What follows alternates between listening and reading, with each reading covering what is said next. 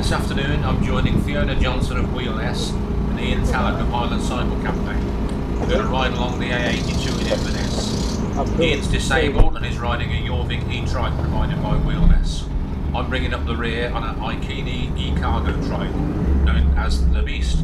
We're going to review the current and planned bike path infrastructure in this busy part of Inverness. So here's our first issue. See, this bloke is parking on our path.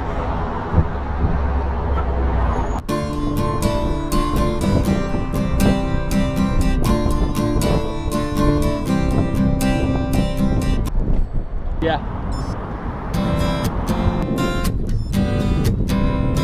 We won't expect much in the way of drop curbs now.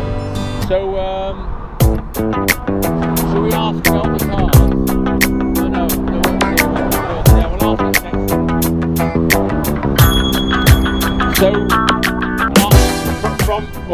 Perhaps ring them up another time.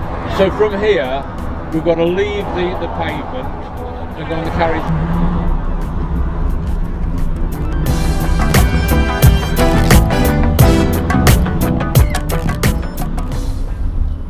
So here we go. We're going to work our way around Harbour Road roundabout. Interesting sharing it with the traffic.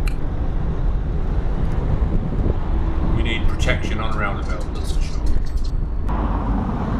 Here's the next problem. Traffic's coming off the carriageway to get into the garage. They're not giving way to us and they're actually blocking the road. Not acceptable. Here we go.